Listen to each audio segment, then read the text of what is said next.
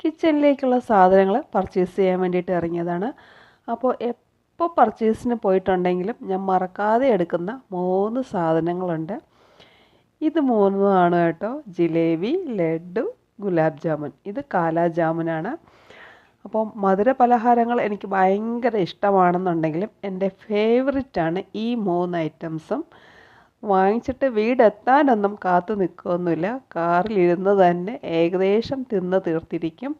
അത്രയ്ക്ക് ഇഷ്ടമാണ്. കണ്ടോ, നല്ല ജ്യൂസിയായ കാലാ ജാമുൻ. അപ്പോൾ എല്ലാത്തിനും എൻ്റെ മോനും ഇതുപോലെ സപ്പോർട്ടായിട്ട് കൂടെയുണ്ട്. അവനും ഇഷ്ടമായി ഇതുപോലെയൊക്കെ മധുരം കഴിക്കാൻ വേണ്ടിയിട്ട്.